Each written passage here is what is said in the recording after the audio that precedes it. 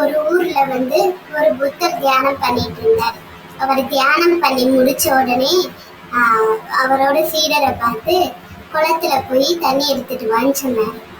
அந்த சீடனும் தண்ணி எடுக்க போனான்.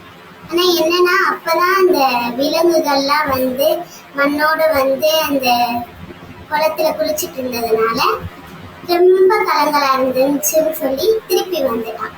கொஞ்ச நேரம் கழிச்சு புத்தர் சொன்னாரு, திருப்பி போய் பாருன்னோடனே திருப்பி போய் பார்த்தா அது கலங்கலா தான் இருந்துச்சு. சரின்னு கொஞ்ச நேரம் கழிச்சு புத்தர் சொல்றாரு, ரெண்டாவது தடவை இப்ப போய் பாருன்னு சொல்லும்போது அவன் போய் பார்த்தா கிளீனா இருந்துச்சு. எப்படி புத்தர் கரெக்டா சொன்னீங்க அப்படின்னா, இதே மாதிரிதான் நம்ம லைஃபும்.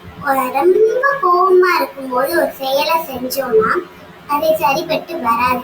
கொஞ்சம் வெயிட் பண்ணி அந்த கோவம்லாம் அடங்கினதுக்கு அப்புறம் நம்ம ஒரு வேலையை செய்யும் போது இந்த வேலை நல்லபடியா முடியும்.